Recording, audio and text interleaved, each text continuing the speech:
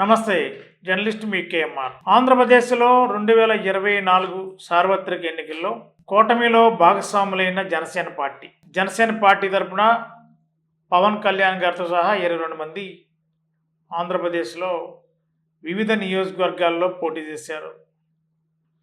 మరి ఈ సంవత్సర కాలం అంటే జూన్ 4వ తారీఖుకి జనసేన పార్టీ ఎమ్మెల్యేలు గెలిచి, అంటే కూటమిలోని అందరు ఎమ్మెల్యేలు కూడా గెలిచి 1 ఇయర్ అవుతుంది. కానీ జనసేన పార్టీ ఎమ్మెల్యేలు కూడా జూన్ 4వ తారీఖుకి సంవత్సరం పూర్తి చేసుకున్నారు. ఈ సంవత్సర కాలంలో జనసేన పార్టీ ఎమ్మెల్యేలు ఆంధ్ర రాష్ట్రంలో నియోజకవర్గాల్లో ప్రజలకి అందుబాటులో ఉన్నారా? ప్రజల సమస్యలు పరిష్కరించారా? ప్రజల అవసరాలకి దగ్గరగా ఉన్నారా అంటే, రాష్ట్రంలో ఉన్న జనసేన పార్టీ 21 మంది ఎమ్మెల్యేల పైన అవినీతి ఆరోపణలు బాహాటంగానే వినిపిస్తున్నాయి.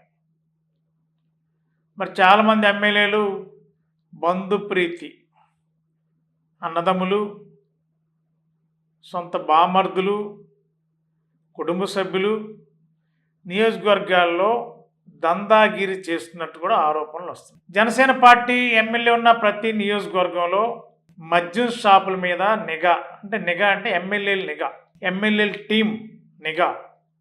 ఆ మద్యం షాపుల్లో జరిగే విక్రయాలు, నెలవారీ మామూలు వసూలుకి జనసేన పార్టీ ఎమ్మెల్యేలు తమ అనుచర గణాన్ని నెలవారీ వసూలు చేయడానికి కూడా టీంని ఏర్పాటు చేశారని కూడా తెలుస్తుంది.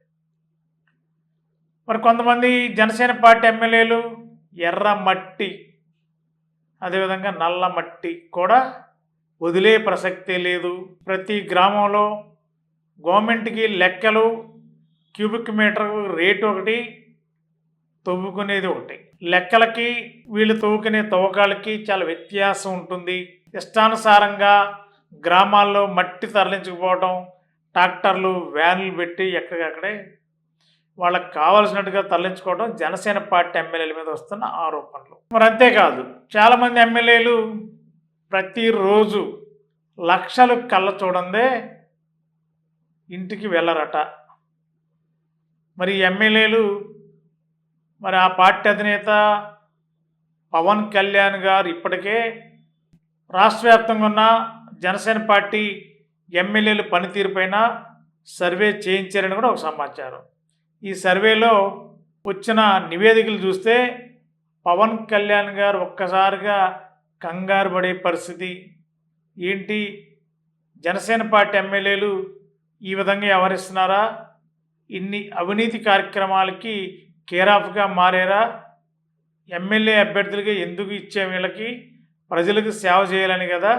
మరి వీళ్ళు చూస్తే వ్యాపార సంస్థగా నియోజకవర్గాలను మార్చుకుని ఎక్కడ అవకాశం ఉన్నా కుటుంబ సభ్యుల్ని రంగంలో దించి లక్షల రూపాయలు దోపిడీకి తెరలేపితే జనసేన పార్టీ భవిష్యత్తు ఏంటి అనేది ఆ పార్టీ అధినేత పవన్ కళ్యాణ్ గారు కూడా మదన పడుతున్నట్టు తెలుస్తుంది.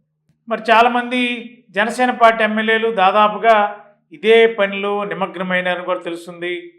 ప్రజలతో మమేకం కంటే మామూలు వసూల్లో మాత్రం క్షేత్రస్థాయిలో ఎక్కడేం జరుగుతుంది, తమకు అనుకూలంగా ఉన్న అధికారుల ద్వారా ఎక్కడికక్కడే గ్రామాల్లో కానీ పట్టణాల్లో కానీ వారికి కావలసిన అవసరాలు ఏమవుతున్నాయి అవన్నీ కూడా ఆ పనులు జరగాలంటే లక్షల రూపాయలు చెల్లించాల్సిందే ఎమ్మెల్యేలే వాళ్ళ అనుచర గణానికి. మరి ఎవరైనా జనసేన పార్టీ ఎమ్మెల్యేలు చెప్పింది చేయకపోతే ఖచ్చితంగా ఆ వ్యాపారస్తులపైనో, లేకపోతే ఎవరైతే వ్యతిరేకిస్తున్నారో, ఎవరైతే ఎదురు తిరుగుతున్నారో వాళ్ళపైన కూడా వీళ్ళు ఉక్కుపాదం మోపి పోలీసులు రెచ్చగొట్టే పని చేస్తారని కూడా ఈ మధ్యకాలంలో ఒక కొత్త సమాచారం బయటకు వస్తుంది. మరి జనసేన పార్టీ ఎమ్మెల్యేలు ఎక్కడ చూసినా కూడా ఇదే విధంగా అవినీతి ఆరోపణలు ఎదుర్కొంటున్నారని కూడా ఆ పార్టీ అధినేత పవన్ కళ్యాణ్ గారికి అందుతున్న నివేదికలను బట్టి స్పష్టమవుతున్నట్టు తెలుస్తుంది. ఈ జూన్ నెల 3వ వారంలో ఆంధ్రప్రదేశ్లో ఉన్న జనసేన పార్టీ ఎమ్మెల్యేల యొక్క పనితీరు, ఈ సంవత్సర కాలంలో వాళ్ళ యొక్క గ్రాఫ్ ఏంటి, అదేవిధంగా అవినీతి మరకలు అంటించుకున్న జనసేన పార్టీ ఎమ్మెల్యేలు ఎవరెవరు ఉన్నారు, ఎక్కడెక్కడ ఏ విధమైన అవినీతికి పాల్పడ్డారు, రోజువారీ దందా ఎన్ని లక్షల రూపాయలు కళ్ళ చూస్తున్నారు, వీటిపైన కూడా ఇంకొక నివేదిక ఆల్రెడీ తెప్పించుకునే పనిలో 2 సర్వే సంస్థల్ని జనసేన పార్టీ నియోజకవర్గాలు ఉన్న ఆ ప్రాంతాల్లో కుట్టు చప్పుడు కాకుండా సర్వే చేస్తున్నట్టుగా కూడా తెలుస్తుంది. మరి ఈ సర్వే రిపోర్టు దాదాపుగా ఒక 2-3 రోజుల్లోనే ఆ పార్టీ అధినేత ఆంధ్రప్రదేశ్ ఉప ముఖ్యమంత్రి పవన్ కళ్యాణ్ గారికి చేరుతుందని తెలుస్తుంది. మరి ఈ నివేదిక అందిన తర్వాత జూన్ 3వ వారంలో జనసేన పార్టీ ఎమ్మెల్యేల అవినీతి చిట్ట పవన్ కళ్యాణ్ గారు ఒక్కొక్కరిని పిలిచి ఓపెన్ చేసి ఏంటి అవినీతి ఏంటి, ఎమ్మెల్యేలుగా మీకు ఇచ్చిన బాధ్యత, ప్రజలు ఇచ్చిన తీర్పు ఏంటి అనేది ప్రశ్నిస్తారని, అవసరమైతే ఆ ఎమ్మెల్యేల పైన కఠినంగా వ్యవహరించడానికి కూడా పవన్ కళ్యాణ్ గారు ఆ దిశగా కూడా ఆలోచన చేస్తున్నట్టుగా కూడా తెలుస్తుంది.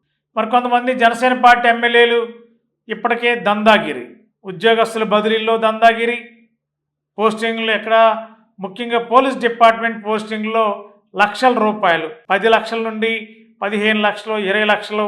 అదేవిధంగా ఆ సబ్ డివిజన్లో ఉన్న ఒక డిఎస్పి పోస్టింగ్లు అంటే మరి పోస్టింగ్ పైన డీజీపీ ఆఫీసు పోస్టింగ్ ఇచ్చినా మరి ఈ ప్రాంతాల్లో ఉన్నాయంటే ఎక్కడైతే ఎమ్మెల్యేలు జనసేన పార్టీ ఎమ్మెల్యేలు ఉన్న ప్రాంతాల్లో అయితే ఆ ఎమ్మెల్యేలు లేఖలు ఇవ్వాలంటే మరి వాళ్ళకి కూడా వారు అనుచర గణం, పేకాట, క్రికెట్ బుకీస్ వీళ్ళంతా కూడా అనుచర గణం ఉంటారు. వీళ్ళకి ఎమ్మెల్యేలకి వీళ్ళ అనుచర గణం ద్వారా కలెక్షన్ చేసి ఆ కలెక్షనే ఎమ్మెల్యేలకు ఇచ్చే బాధ్యత కూడా కొంతమంది అనుచరులు తీసుకుని వ్యవహరిస్తున్నారు కూడా తెలుస్తుంది.